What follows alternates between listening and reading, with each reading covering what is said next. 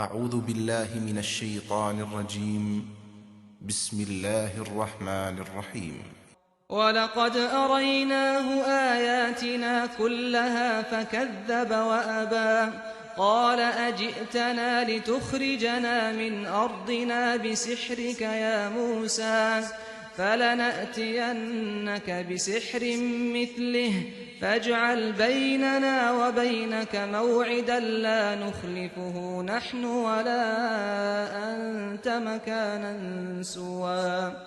ہم نے فرعون کو اپنی سب نشانیاں دکھا دیں، اس پر بھی وہ جھٹلائے چلا گیا اور نہیں مانا۔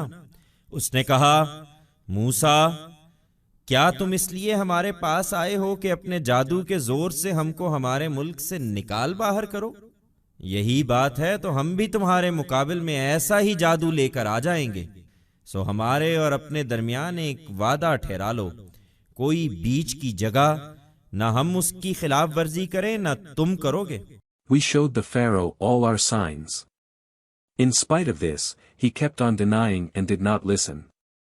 He said, Moses, have you come to us to turn us out from our land by a spell of your magic? If this is the case, we too shall bring a similar magic against you.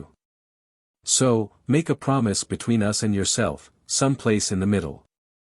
Neither shall we breach it nor shall you.